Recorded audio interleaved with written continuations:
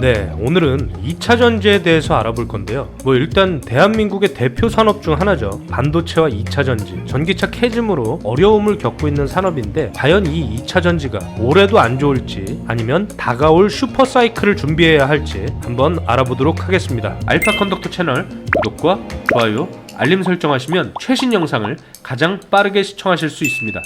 오늘 오전에 이런 기사가 나왔어요. 삼성 SDI가 다가올 슈퍼사이클을 준비한다며 2조 원 규모의 유상증자를 한다는 내용인데요. 유상증자로 자금을 조달해서 미국 GM과 합작법인을 투자하고 유럽 헝가리 공장 생산 능력을 확대한다는 내용입니다. 국내 전고체 배터리 라인에도 추가적으로 시설 투자에 활용할 계획이라고 밝혔는데 이걸 왜 주주들 돈으로 한다는 건지 이해는 안 되지만 어쨌든 유중의 내용은 긍정적입니다. 2차 전지와 관련된 최대 변화는 바로 유럽에서 일어나고 있다라고 보고 있습니다. 유럽연합에서 꾸준히 탄소 배출 규제를 심화하고 있었죠. 그런데 이번에는 자동차 기업 지원 액션 플랜과 관련해서 한국 2차 전지 섹터에 악재로 작용될 것이다 라는 의견들이 있었는데 저는 정반대로 보고 있습니다. 유럽연합은 CO2 배출량을 기존 킬로미터당 95g에서 93.6g으로 낮췄죠. 이걸 지키지 못할 경우에는 초과된 1g당 차량 한 대마다 95유로의 벌금이 부과됩니다. 그런데 이번에 완화된 것은 기존의 연도별 탄소 배출 규제를 3년 평균제로 완화시킨 것인데 이것이 2차 전지의 악재일 수도 있다라는 의견들이 나오고 있습니다. 결론부터 말씀드리면 저는 오히려 호재다라고 말씀을 드리고 싶은데요. 25년이나 26년에 목표치보다 탄소 배출량을 초과하더라도 27년에는 결국 탄소 배출량을 낮춰서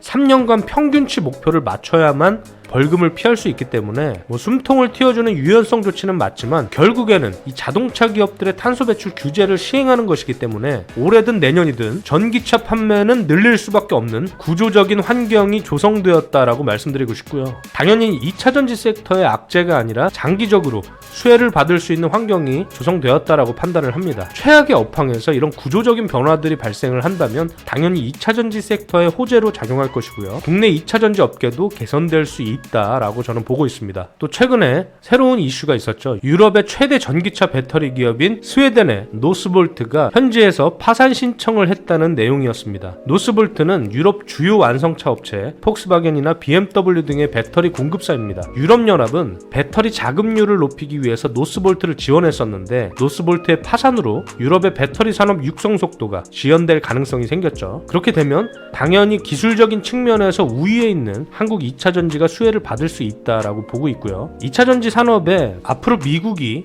중국산 배터리에도 관세 또는 규제나 압박을 가한다면 당연히 한국의 배터리 업체들이 반사이익을 얻을 수 있지 않을까 싶습니다. 2차 전지 산업에 리스크 요인이 있다면 현대차나 GM 같은 이 완성차 업체들에서 배터리를 직접 생산하겠다는 얘기를 한 게 리스크 요인으로 작용할 수 있을 것이라고 봅니다. 하지만 결론부터 말씀드리면 일단 불가능에 가깝다라고 말씀드릴 수 있을 것 같아요. 2차 전지는요 생각보다 기술 장벽이 높습니다. 소재 수급부터 공정도 까다롭기 때문에 저는 쉽지 않을 것이라고 보고 있습니다. 특히 배터리는 안정성 문제가 생기면 모든 부담을 완성차 업체들이 다 떠안아야 하는 그런 리스크가 있기 때문에 쉽지 않을 것이다 라고 보고 있습니다. 여기에 또 생산 수율 문제까지 있죠. 불량률이 상당히 높습니다. 그렇기 때문에 사실상 쉽지 않다라고 판단을 하시면 될 것 같습니다. 만약 진짜로 완성차 업체에서 배터리를 생산하려면 2차 전지 업체들을 M&A해서 독자적인 밸류체인을 형성하면 되겠죠. 이것 말고는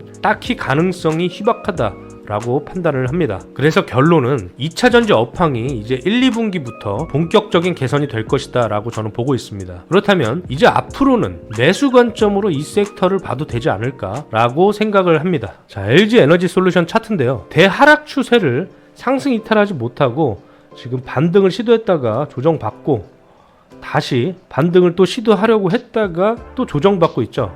이런 구간에서 이렇게 변동성을 축소하면서 대하락 추세를 상승 이탈하기 시작하면 2차 전지 섹터에 본격적인 상승의 흐름이 있을 것이다. 저는 지속적으로 이렇게 말씀을 드리고 있습니다. 아직은 시간이 좀 걸릴 수도 있겠지만 저는 이제부터는 하락의 이 낙폭이 제한적일 것이다 라고 보고 있습니다. 추가적으로 조정받더라도 매물을 소화 과정을 통해서 본격적인 이런 대하락 추세를 상승 이탈할 때 이런 긍정적인 흐름이 나올 것이다 라고 저는 보고 있습니다. 시간이 좀 걸릴 수도 있겠지만 낙폭 낙폭이 제한적이라면 저는 한 1, 2분기 내에 2차전지 섹터가 어느 정도 바닥을 잡고 본격적인 업황 개선이 시작되지 않을까 이렇게 보고 있습니다. 자, 지금 보시는 게 에코프로 BM 차트인데요. 마찬가지로 엄청난 하락을 했죠. 지금 개인 투자자들이 가장 많이 물려있을 것으로 추정되는 기업입니다. 저는 이 에코프로 BM도 주의 깊게 살펴볼 필요가 있겠다라고 말씀을 드립니다. 배터리용 하이니켈 선도 기업이고 삼성 SDI 그리고 SK온, 포드, BMW 같은 주요 배터리 업체와 완성차에 공급을 하는 업체고요. 주행거리 증가나 성능 향상을 위해서는 하이니켈 배터리 채택 가능성이 상당히 높습니다. 또 최근에 이슈가 되고 있는 전고체 배터리도 하이니켈 양극재가 필요한 상황이기 때문에 여전히 이 하락 구간에서 변동성을 축소하면서 상승 이탈하게 된다면 에코프로 BM 역시 성장할 가능성이 높다라고 보고 있습니다. 그렇기 때문에 가격 조정을 받을 때마다, 기간 조정을 받을 때마다 이제부터는 좀 매수 관점으로 봐도 되지 않을까, 저는 이렇게 보고 있습니다. 제가 가장 주의 깊게 보고 있는 종목은 레이크 머트리얼즈라는 회사인데요. 최근에 가장 큰 이슈는 전고체 배터리죠. 이 전고체 배터리가 상용화되면 황화 리튬을 공급하는 레이크 머트리얼즈의 사업 가치가 아주 크게 리레이팅 받을 수 있는 효과가 나올 것으로 보고 있습니다. 경쟁사인 이수 스페셜티 케미칼도 황화 리튬을 생산하고 있어요. 24년 5월에 울산 온산 공장에서 연간 40톤 규모의 파일럿 라인을 완공하고 가동하기 시작했습니다. 하지만 제가 긍정적으로 보고 있는 게 레이크 머트리얼즈라고 말씀드렸잖아요. 마찬가지로 황화 리튬을 생산하고 있고요. 22년 말에 기술 개발에 성공을 해서 지금 세종시 미래산업단지에서 연간 120톤 규모의 생산 설비를 구축해놨습니다. 24년 초부터 가동을 시작했고요. 국내외를 통틀어서 100톤 이상의 황화리튬 생산에 나서는 최초의 사례가 바로 이 레이크 머트리얼즈이기 때문에 제조 공법이나 효율성 그리고 생산 규모 측면에서 선도적인 위치를 가지고 있다라고 저는 보고 있습니다. 일단 현재 국내 기업들 뿐만 아니라 미국과 중국 이 다수의 글로벌 업체들을 대상으로 샘플 테스트를 진행하고 있고요. 현재에도 일부 매출이 발생하고 있기 때문에 실질적인 수혜를 레이크 머트리얼즈가 받게 될 가능성이 높다라고 저는 보고 있습니다. 특히 삼성 SDI가 황화물계 전해질을 연구 중이기 때문에 유력한 양산 고객사로 꼽히고 있습니다. 양산을 시작하게 된다면 당연히 기존 사업에서 추가되는 매출이 있기 때문에 컨센서스를 상회하는 실적도 발생될 가능성이 있겠다라고 저는 보고 있고요. 레이크 머트리얼즈는 2차전지 소재뿐만 아니라 반도체와 태양광 소재 그리고 석유화학 촉매까지 탄탄한 포트폴리오를 보유하고 있기 때문에 25년의 수익성 측면에서 상당히 긍정적일 것으로 보고 있습니다. 실적을 한번 확인해 보겠습니다. 지금 상당히 긍정적이죠.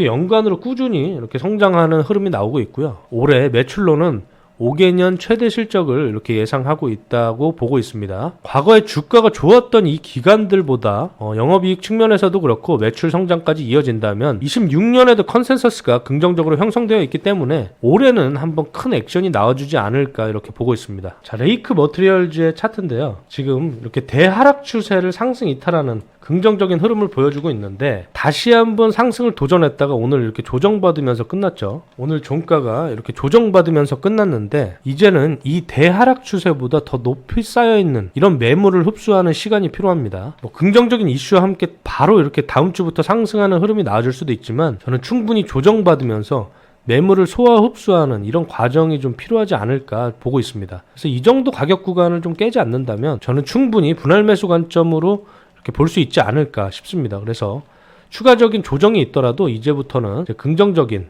분할 매수 관점으로 좀 지켜봐야 할 것이다 이렇게 보고 있고요. 조정 받으면서 이렇게 매물을 흡수하고 거래 대금이 빵 터져주면 그때부터 이제 다시 한번 본격적으로 상승의 흐름이 나와주지 않을까 이렇게 보고 있습니다. 그렇기 때문에 상당히 긍정적인 흐름이 예상된다 저는 이렇게 보고 있습니다. 하루 이틀의 단기적인 흐름을 말씀드리는 게 아니라 저는 장기적으로 충분히 긍정적인 흐름이 이어질 것이다 라고 말씀드리는 거니까 참고하셔서 대응을 하시면 좋을 것 같습니다. 또 다른 기업은 대주전자재료예요. 전고체 배터리, 지난번에 말씀드린 대로 전해질이 액체가 아닌 고체로 되어 있어서 리튬 이온의 이동 저항이 크기 때문에 더 많은 리튬을 저항할 수 있는 음극재가 필요합니다. 실리콘 음극재는 기존 흑연 음극재보다 리튬 저장 용량이 약 10배 이상 큽니다. 그렇기 때문에 에너지 밀도를 높이기 위해서는 실리콘 음극재 비율을 높일 수밖에 없다라는 것이 결론이고요. 실리콘 음극재를 최초로 상용화한 기업이 대주전자재료고 현재까지도 유일하게 양산과 공급을 하고 있는 기업이 바로 대주전자재료입니다. 대주전자재료다 이렇게 보시면 됩니다. 실리콘 음극재에서 시장 진출 속도는 대주전자재료가 가장 빠르고요. 24년에 3,000톤, 올해는 2만 톤 정도의 규모로 확대할 예정입니다. 현재 국내 실리콘 음극재 시장 1위가 바로 대주전자재료고요. 현재 LG 엔솔과 SK온 그리고 삼성 SDI 뿐만 아니라 파나소닉과 CATL에도 공급을 하고 있고요.